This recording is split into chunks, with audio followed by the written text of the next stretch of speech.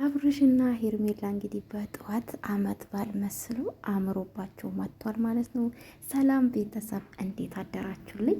ደህና አደራችሁ ወይ? እናለሁ እግዚአብሔር ይመስገን። ሰላማችሁ ብዝት ይበልልኝ፣ ሰላማችሁ ብዝት ይበልልኝ። የኔ ውዶች እንኳን አደረሳችሁ ለፋሲካ በዓል፣ ለትንሳኤ፣ ለጌታችን ለመድኃኒታችን ለኢየሱስ ክርስቶስ በዓል እንኳን በሰላም አደረሳችሁ። የኔ ውንቁ ፋሚሊዎች በጣም ነው የምወዳችሁ። ሁላችሁም በጣም ነው የማከብራችሁ የኔ ውዶች ማለት ነው። ሁላችሁም የማንም ደጋፊ ሆኑ በጣም ነው የምወዳችሁ፣ በጣም ነው የማከብራችሁ።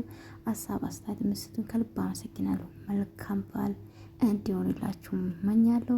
አብርሽና ሄርሜላ እንግዲህ ቡና እየተፈላለት ነው ለአብርሽ ማለት ነው። ለአባወራ አታውም ጋይስ፣ ለአባወራ በጠዋቱ በቤት ይመጣሉ ብዬ ሲጠብቅ እነሱ እናቴ ሆቴል ነው ቡና እያፈላች ነው ንግስቱ።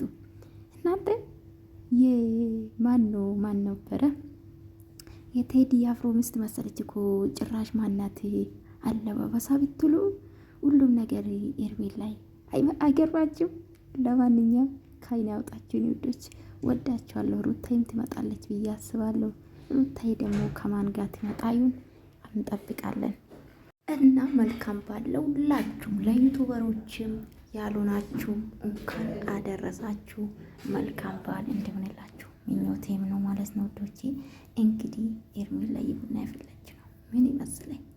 አቤት አቤት፣ የዶሮ አይን የመሰለ ቡና የተፈላ ነው ለአብረሻችሁ ማለት ነውና ሁላችሁም እንኳን አደረሳችሁ። በተለይ ደግሞ እንደኔ ብቻችሁ የምታሳልፉ እንዳይከፋችሁ ማለት ነው፣ እንዳይከፋችሁ የኔ ልጆች። መልካም በዓል ይሆንላችሁ።